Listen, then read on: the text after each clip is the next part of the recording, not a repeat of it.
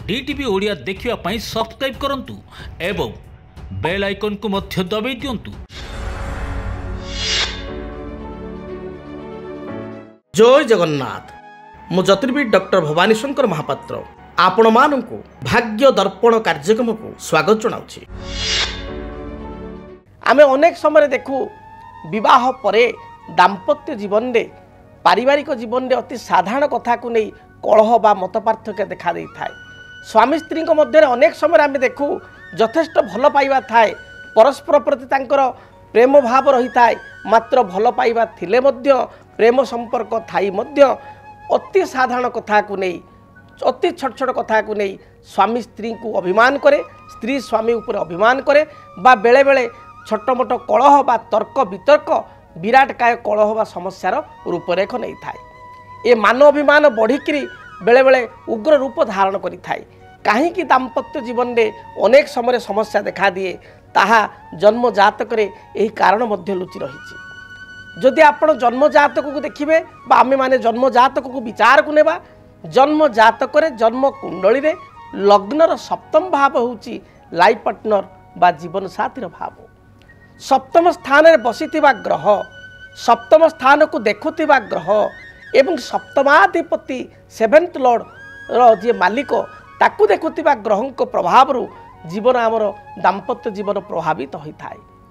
तेणु आपण जतले निज जातक को तर्जमा करेंगे एवं देखिए जदि वास्तविक आपण दाम्पत्य जीवन में छोट छोट कथा को नहीं कलह होउची, मान अभिमान बढ़ी बढ़ी चली बा कलह उग्र रूप रेख होउची, ताहले आपण देखिए जन्म जातक सप्तम स्थान रे निश्चय मंगल थाई पारंती,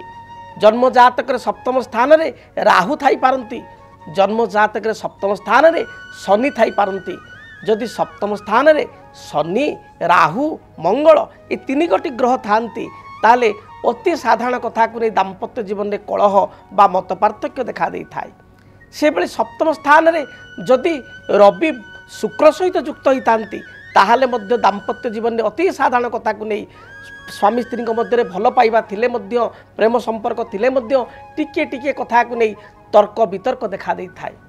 जदि आपण जातक सप्तम स्थान रे मंगल एवं शनि एकत्र थांती ताले स्वामी स्त्री मध्य भल संपर्क थाए, मात्र परिवार अन्य सदस्यों कारण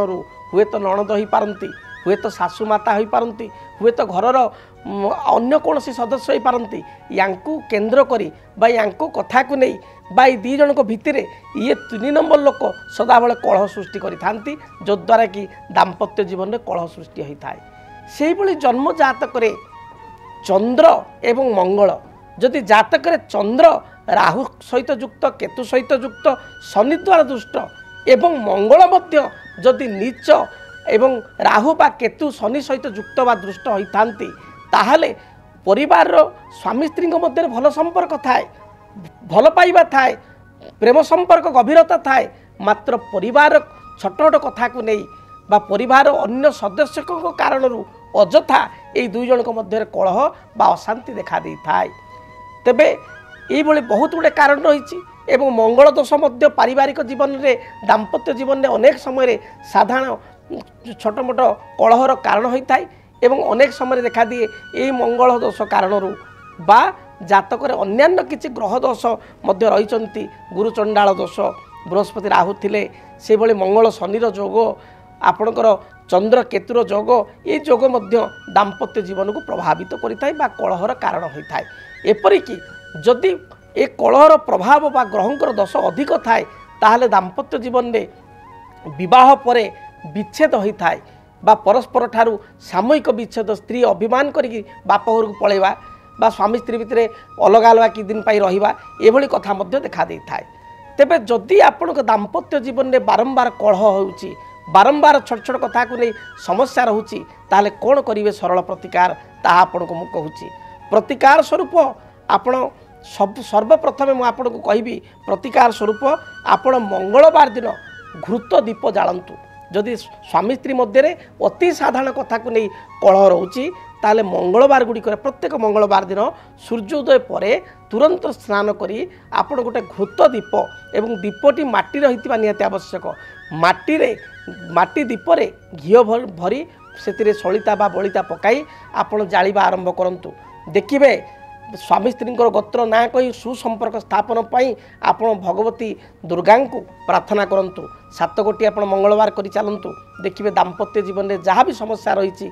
दूरीभूत हेब से भाव में आपणकर जो दाम्पत्य जीवन में बहु समस्यार मात्रा बढ़ी चली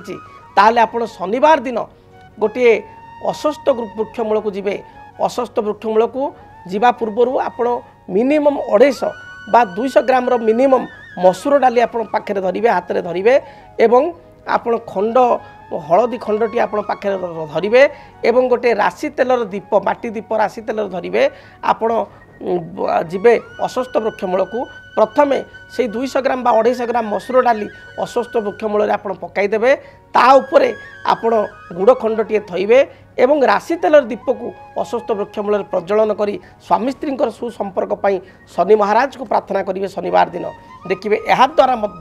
7 गोटी ये शनिवार करने द्वारा दाम्पत्य जीवन में स्थिरता आसो से भाव में जदि दाम्पत्य जीवन में बारंबार कलह हो प्रेम संपर्क रोना आपण भीतर फिलिंग्स रोना ताहले आपण मन रखि था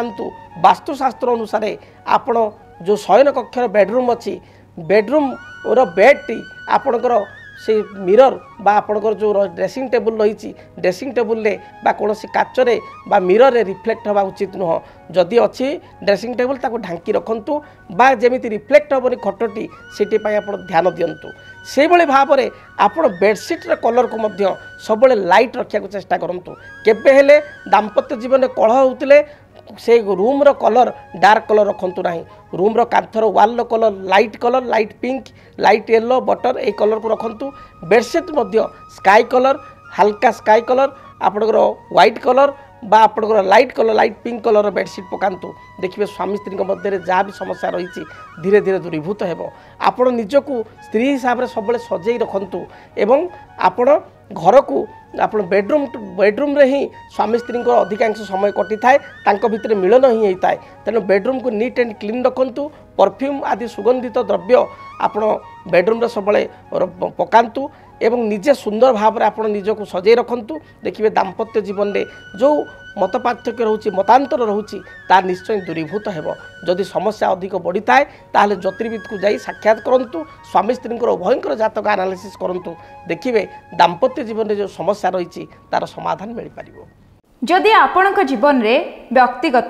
पारिवारिक समस्या कर्मक्षेत्र नियुक्ति वैवाहिक समस्या वास्तुदोष एवं माली मकदमा आदि समस्या थाए ताहेले समस्यार समाधान और परामर्श पाई आमको जोगाजोग करंतु। ज्योतिर्विद doctor Bhavani Shankar Mahapatra Budheswari colony plot number 26 Bhubaneswar phone number 9776833302 9439444924 आमर वेबसाइट www.srijagannathastro.com डीटीवी ओडिया देखिवा पई सब्सक्राइब करंतु एवं बेल आइकन को मध्य दबाई दियंतु।